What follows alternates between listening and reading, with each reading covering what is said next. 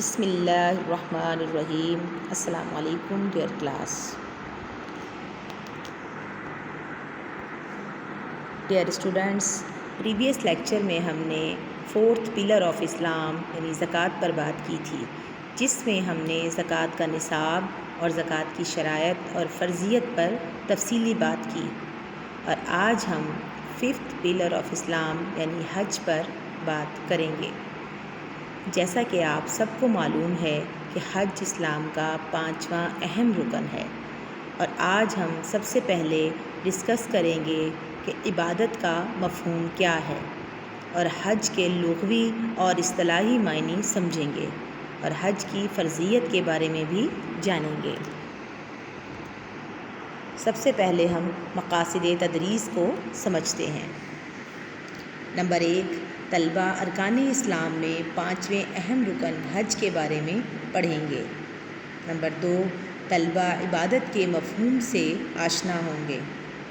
Number 3، طلبہ حج کے لغوی اور اصطلاحی معنی سے آگاہ ہوں گے۔ نمبر 4، طلبہ حج کی فرضیت اور اہمیت سے آشنا ہوں گے۔ ڈیئر اسٹوڈنٹس، سب سے پہلے ہم یہ سمجھتے ہیں کہ عبادت کسے کہتے ہیں اور عبادت کا مفہوم کیا ہے۔ ارشاد باری تعالیٰ ہے، وَمَا خَلَقْتُ الْجِنَّ وَالْإِنسَ إِلَّا لِيَعْبُدُونِ، کہ میں نے جنوں اور انسانوں کو اس کے سوا اور کسی غرض کے لیے پیدا نہیں کیا کہ وہ میری عبادت کریں۔ عبادت کا لفظ عبد سے نکلا ہے۔ عبد کے معنی بندے اور غلام کے ہیں، اس لیے عبادت کے معنی بندگی اور غلامی کے ہوتے ہیں۔ ہم اللہ کے بندے ہیں، اگر ہم اللہ کی خدمت اس کا بندہ بن کر کریں اور اس کے ساتھ اسی طرح پیش آئیں جس طرح آقا کے ساتھ پیش آنا چاہیے، تو یہ بندگی اور عبادت ہے۔ یہ عبادت کا اصلی مفہوم ہے، اور اسلام کا اصل مقصد مسلمان کو ایسا ہی عبادت گزار بندہ بنانا ہے۔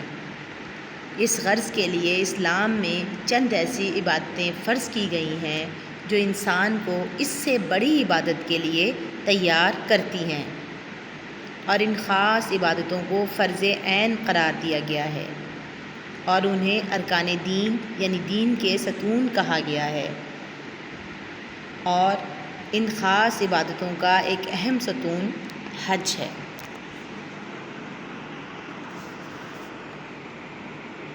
ڈیئر اسٹوڈنٹس، حج کے لغوی اور اصطلاحی معنی۔ حج کے لغوی معنی ہیں قصد و ارادہ کرنا۔ الحجہ حج کا اسم بھی ہے، اور اس کے معنی سال کے بھی ہیں۔ اسی مناسبت سے قمری سال کے مہینے کو ذو الحجہ کہتے ہیں کہ اس میں حج کا فریضہ ادا کیا جاتا ہے۔ اور حج کے شرعی اصطلاح میں جو معنی ہیں وہ ہیں، حج سے مراد ہے عبادت کی نیت سے ایام حج میں بیت اللہ کی زیارت کو جانا اور مناسک حج کو ادا کرنا۔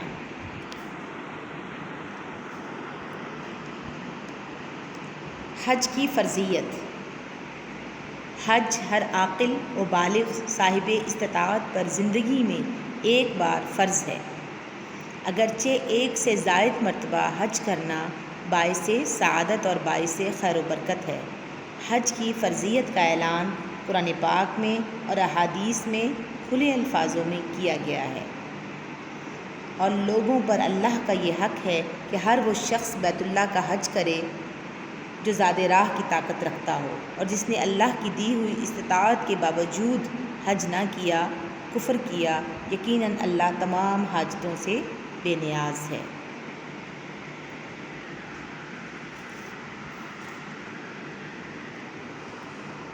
ارکان اسلام میں حج کی اہمیت کا اندازہ قرآن مجید کی اس آیت مبارکہ سے بخوبی ہوتا ہے۔ بسم اللہ الرحمن الرحیم، وَلِلَّهِ عَلَى النَّاسِ حِجُّ الْبَيْتِ مَنِ اسْتَطَاعَ إِلَيْهِ سَبِيلًا وَمَنْ كَفَرَ فَإِنَّ اللَّهَ غَنِيٌّ عَنِ الْعَالَمِينَ۔ سورۃ آل عمران آیت نمبر 97۔ ترجمہ۔ اور اللہ کا حق ہے لوگوں پر حج کرنا، اور اس گھر کا جو شخص قدرت رکھتا ہو اس کی طرف راہ چلنے کی، اور جو نہ مانے تو پھر اللہ پرواہ نہیں رکھتا جہان کے لوگوں کی۔ مراد یہ ہے کہ جامع عبادت اللہ تعالیٰ کی خاطر فرض کی گئی ہے، اور اس کا اپنے بندوں پر بھی یہ حق ہے، لیکن اس سے اللہ تعالیٰ کی کوئی اپنی غرض وابستہ نہیں، بلکہ اس کے ذریعے بندوں کو فائدہ پہنچانا مقصود ہے۔ ادائیگی حج کا سب سے بڑا فائدہ گناہوں کی بخشش ہے۔ نبی اکرم صلی اللہ علیہ وآلہ وسلم نے فرمایا، من حج للہ فلم یرفث ولم یفسق رجع کیوم ولدتہ امہ۔ ترجمہ، جو کوئی اللہ تعالیٰ کے حکم کی تعمیل میں حج کرتا ہے اور دوران حج فسق و فجور سے باز رہتا ہے، وہ گناہوں سے اس طرح پاک ہو کر لوٹتا ہے گویا ابھی ماں کے پیٹ سے پیدا ہوا ہو۔ اپنے گنہگار بندوں کو دنیا ہی میں پاک صاف کر دینے کا یہ انتظام جہاں اللہ تعالیٰ کے کرم کی دلیل ہے، وہیں اس سے فائدہ نہ اٹھانا حد درجہ کی ناشکری اور بدبختی ہے۔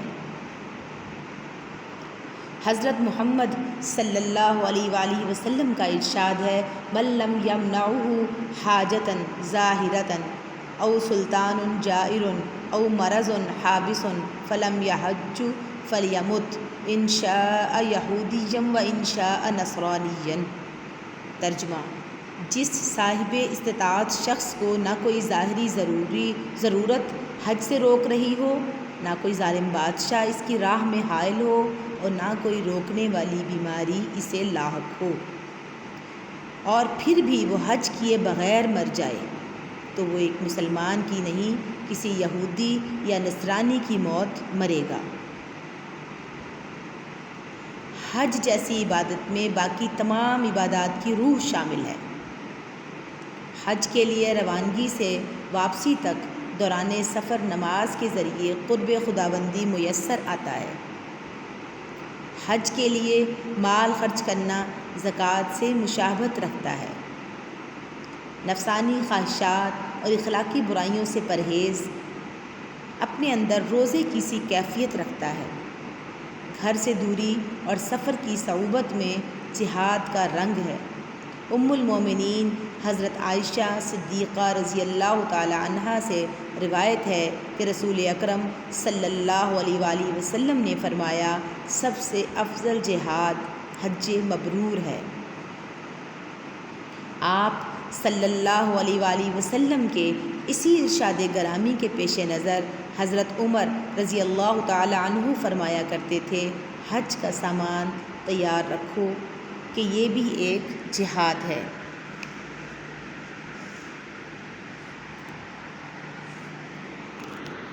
ڈیئر اسٹوڈنٹس، آج ہم نے حج کے لغوی اور اصطلاحی معنی کو اچھے طریقے سے سمجھا اور حج کی فرضیت اور ہمارے مذہب میں اس کی اہمیت کو جانا۔ امید ہے کہ آپ کو آج کا یہ ٹاپک اچھے سے سمجھ میں آ گیا ہوگا۔ پھر بھی کوئی بات آپ کو سمجھ میں نہ آئے تو آپ پوچھ سکتے ہیں۔ دعا ہے کہ اللہ تعالی ہم سب کو اپنے گھر کی زیارت نصیب کرے اور اس رکن کو ادا کرنے کی توفیق عطا فرمائے۔ آمین۔ فی امان اللہ۔